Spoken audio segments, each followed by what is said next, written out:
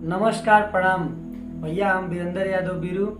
आज आप लोगों के सामने एगो सामाजिक गीत लेके आइल बनी। आज सामाजिक गीत ई बाटे कि जब केहू को घरे अगर लइका पैदा हो जाला तो लोग बड़ा हर्ष उत्साह के साथ मिठाई बाटेला, खुशियाँ मनावेला। आ अगर बेटी पैदा हो जाओ तो ऐसा लगेला कि मातम छा गइल बाटे। यही से संबंधित हम एगो गीत आप लोगों के सामने प्रस्तुत करे जातनी।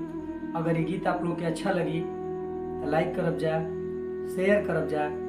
हमारा चैनल पर अगर नया होखब जा तो चैनल के सब्सक्राइब कर लेब जा।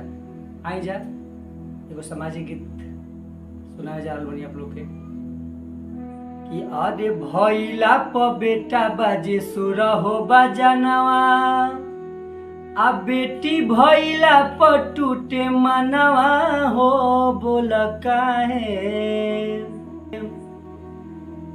अरे भइला प बेटा बाजे सोर हो बजानवा, आ बेटी भइला प टूटे मनवा हो बोल काहे। आयब गर्भे में मारल जाता जानवा हो बोल काहे। अब गर्भे में मारल जाता जानवा हो बोल काहे।